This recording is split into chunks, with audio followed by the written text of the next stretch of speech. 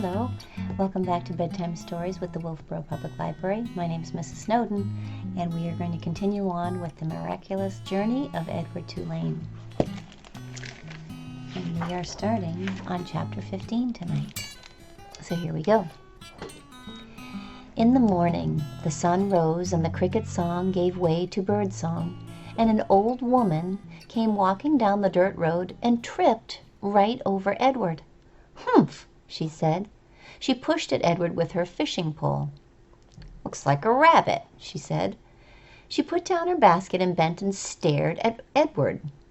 "Only he ain't real." She stood back up. "Humph!" she said again. She rubbed her back. "What I say is, there's a use for everything, and everything has its use. That's what I say." Edward didn't care what she said. The terrible ache he had felt the night before had gone away and had been replaced with a different feeling, one of hollowness and despair. "Pick me up or don't pick me up," the rabbit thought. "It makes no difference to me." The old lady picked him up. She bent him double and put him in her basket, which smelled of weeds and fish, and then she kept walking, swinging the basket and singing, "Nobody knows the troubles I've seen." Edward, in spite of himself, listened. "I've seen troubles too," he thought. "You bet I have, and apparently they aren't over yet." Edward was right. His troubles were not over. The old woman found a use for him. She hung him from a pole in her vegetable garden. She nailed his ears to a wooden pole and spread his arms out as if he were flying, and attached his paws to the pole by wrapping pieces of wire around them. In addition to Edward, pie tins hung from the pole. They clinked and clanked and shone in the morning sun. "Ain't a doubt in my mind that you can scare them off," the old lady said. Scare who off? Edward thought. Birds, he soon discovered. Crows. They came flying at him, cawing and screeching, wheeling over his head, diving at his ears. "Go on, Clyde," said the woman. She clapped her hands. "You gotta act ferocious." Clyde? Edward felt a weariness so intense wash over him that he thought he might actually be able to sigh aloud. Would the world never tire of calling him by the wrong name? The old woman clapped her hands again. "Get to work, Clyde," she said. "Scare them birds off." And then she walked away from him, out of the garden and toward her small house. The birds were insistent. They flew around his head. They tugged at the loose threads in his sweater. One large crow in particular would not leave the rabbit alone. He perched on the pole and screamed a dark message in Edward's left ear. "Caw, caw, caw," without ceasing. As the sun rose higher and shone meaner and brighter, Edward became somewhat dazed. He mistook the large crow for Pellegrina. "Go ahead," he thought. "Turn me into a warthog if you want. I don't care. I am done with caring." "Caw, caw," said the Pellegrina crow. Finally the sun set and the birds flew away. Edward hung by his ears and looked up at the night sky. He saw the stars, but for the first time in his life he looked at them and felt no comfort. Instead, he felt mocked. Here's a picture of Edward as the scarecrow.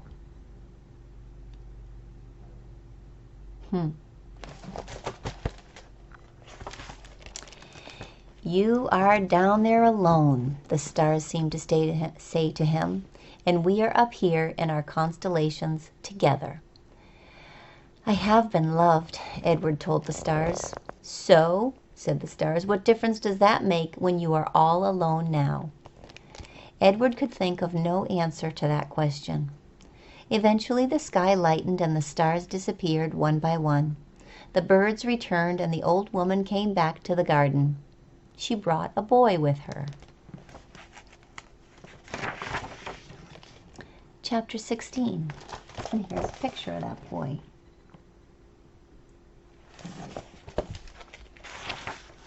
"Bryce," said the old woman, "get away from that rabbit. I ain't paying you to stand and stare." "Yes, ma'am," said Bryce. He wiped his nose with the back of his hand and continued to look up at Edward.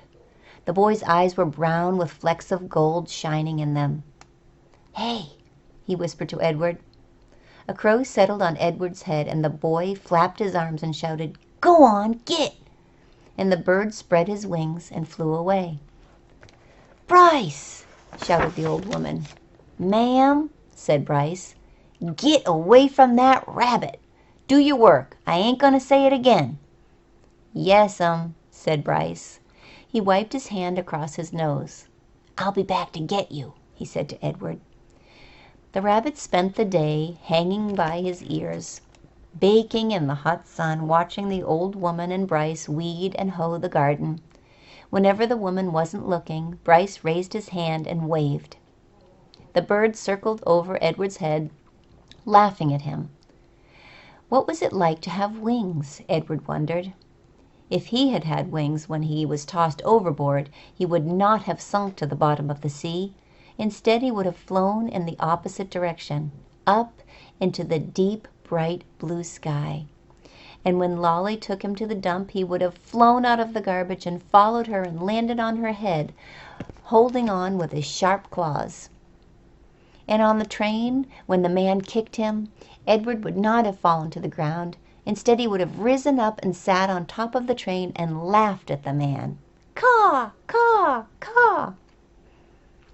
In the late afternoon, Bryce and the old lady left the field. Bryce winked at Edward and walked past him.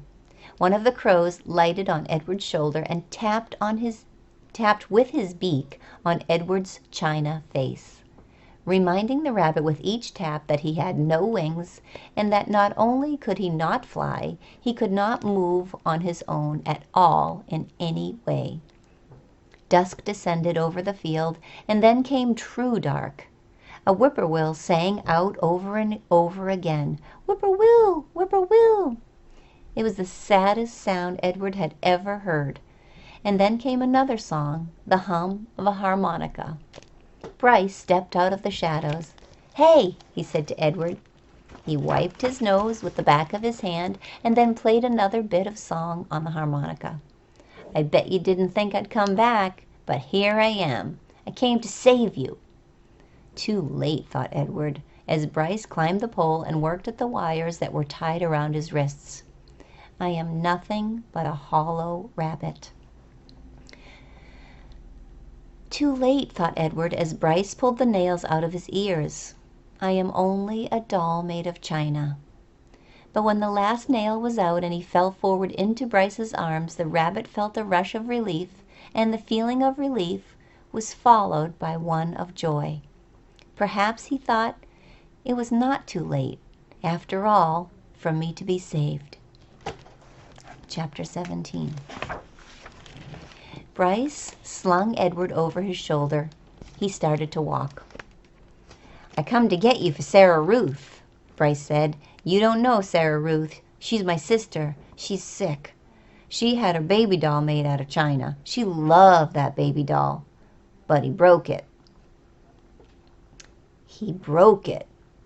He was drunk and stepped on that baby's head and smashed it into 100 million pieces. Them pieces was so small, I couldn't make them go back together. I couldn't. I tried and tried. At this point in his story, Bryce stopped walking and shook his head and wiped at his nose with the back of his hand. "Sarah Ruth ain't had nothing to play with since. He won't buy her nothing. He says she don't need nothing. He says she don't need nothing because she ain't gonna live. But he don't know." Bryce started to walk again. "He don't know," he said. Who he was not clear to Edward. What was clear was that he was being taken to a child to make up for the loss of a doll. A doll. How Edward loathed dolls. And to be thought of as a likely replacement for a doll offended him. But still it was, he had to admit, a highly preferable alternative to hanging by his ears from a post. The house in which Bryce and Sarah Ruth lived was so small and crooked that Edward did not believe at first that it was a house. He mistook it, instead, for a chicken coop. Inside there were 2 beds and a kerosene lamp, and not much else. Bryce laid Edward on the foot of one of the beds and then lit a lamp. "Sarah," Bryce whispered. "Sarah Ruth, you gotta wake up now, honey. I brought you something." He took the harmonica out of his pocket and played the beginning of a simple melody. The little girl sat up in her bed and immediately started to cough. Bryce put his hand on her back. "That's all right," he told her. "That's okay."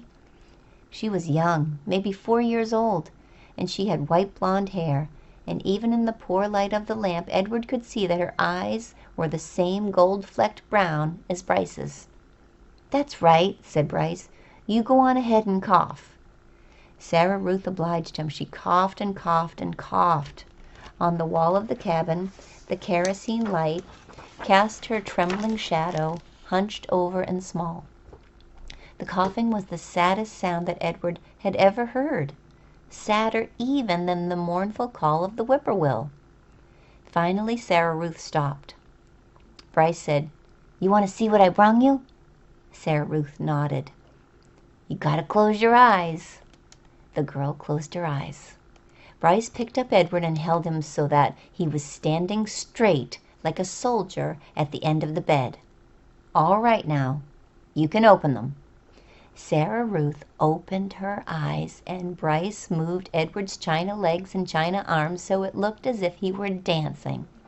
Sarah Ruth laughed and clapped her hands. "Rabbit!" she said. "He's for you, honey," said Bryce. Sarah Ruth looked first at Edward and then at Bryce and then back at Edward again, her eyes wide and disbelieving. "He's yours." "Mine?" Sarah Ruth, Edward was soon to discover, rarely said more than one word at a time. Words, at least several of them strung together, made her cough. She limited herself. She said only what she needed to say. "Yours," said Bryce. "I got 'em special for you." This knowledge provoked another fit of coughing in Sarah Ruth, and she hunched over again. When the fit was done, she uncurled herself and held out her arms. "That's right," said Bryce. He handed Edward to her. "Baby," said Sarah Ruth. She rocked Edward back and forth and stared down at him and smiled. Never in his life had Edward been cradled like a baby. Abilene had not done it, nor had Nellie, and most certainly Bull had not. It was a singular sensation to be held so gently and yet so fiercely, to be stared down at with so much love. Edward felt the whole of his china body flood with warmth. "You gonna give him a name, honey?" Bryce asked. "Jangles," said Sarah Ruth without taking her eyes off Edward. "Jangles, huh? That's a good name. I like that name." Bryce patted Sarah Ruth on the head. She continued to stare down at Edward. "Hush," she said to Edward as she rocked him back and forth. "From the minute I first seen him," said Bryce, "I knew he belonged to you. I said to myself, that rabbit is for Sarah Ruth for sure." "Jangles," murmured Sarah Ruth. Here's a picture of Sarah Ruth holding Jangles, or Edward, and her brother Bryce playing the harmonica.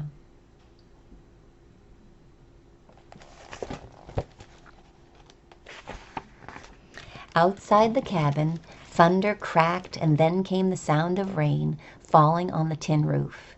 Sarah Ruth rocked Edward back and forth, and Bryce took out his harmonica and started to play, making his song keep rhythm with the rain. Chapter 18. Bryce and Sarah Ruth had a father. Early the next morning, when the light was gray and uncertain, Sarah Ruth was sitting up in bed coughing, and the father came home. He picked Edward up by one of his ears and said, "I ain't never." "It's a baby doll," said Bryce. "Don't look like no baby doll to me." Edward, hanging by one ear, was frightened. This he was certain.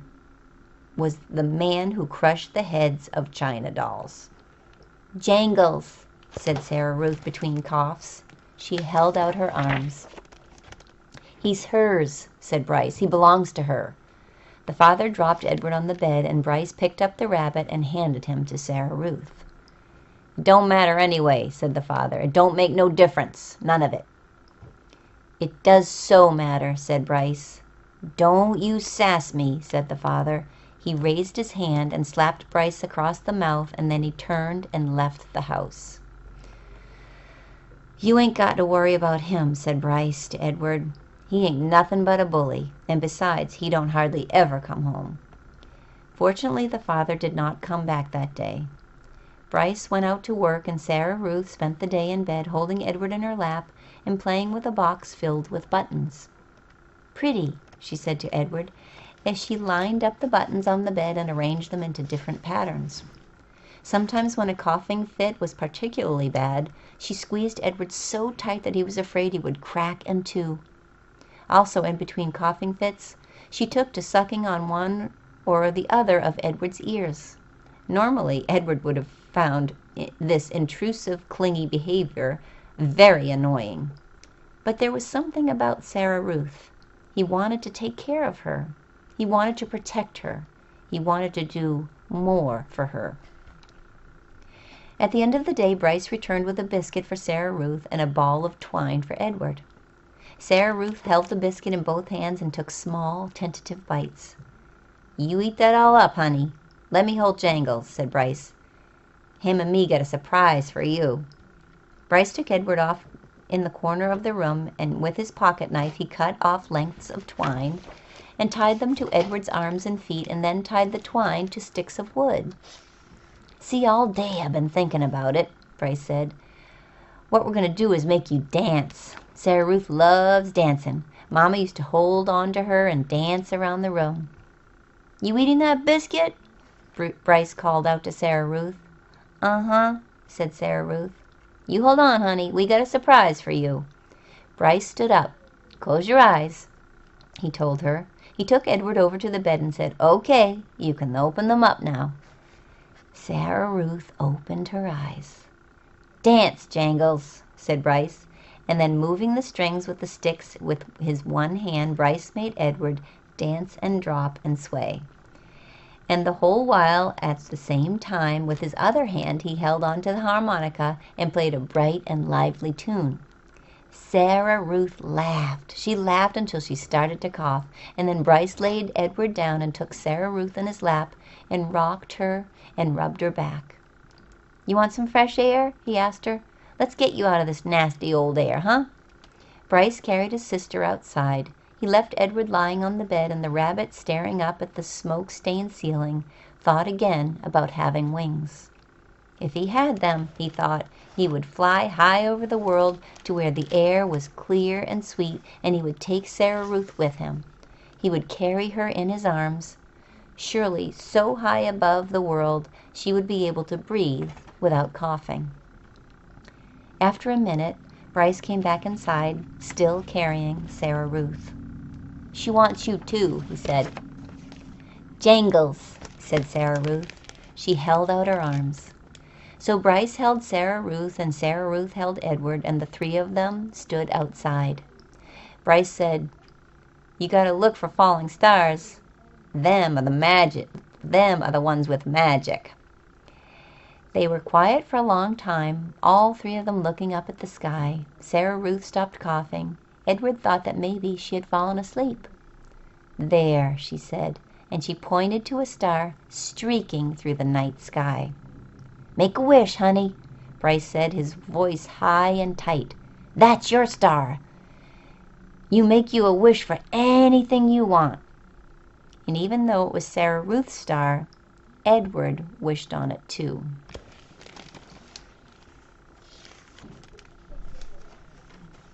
Okay, I'm going to stop there for tonight. I hope you enjoyed that part of the story. Edward's off to a new adventure, and we'll see what happens next time. We'll see you next week. Have a good night.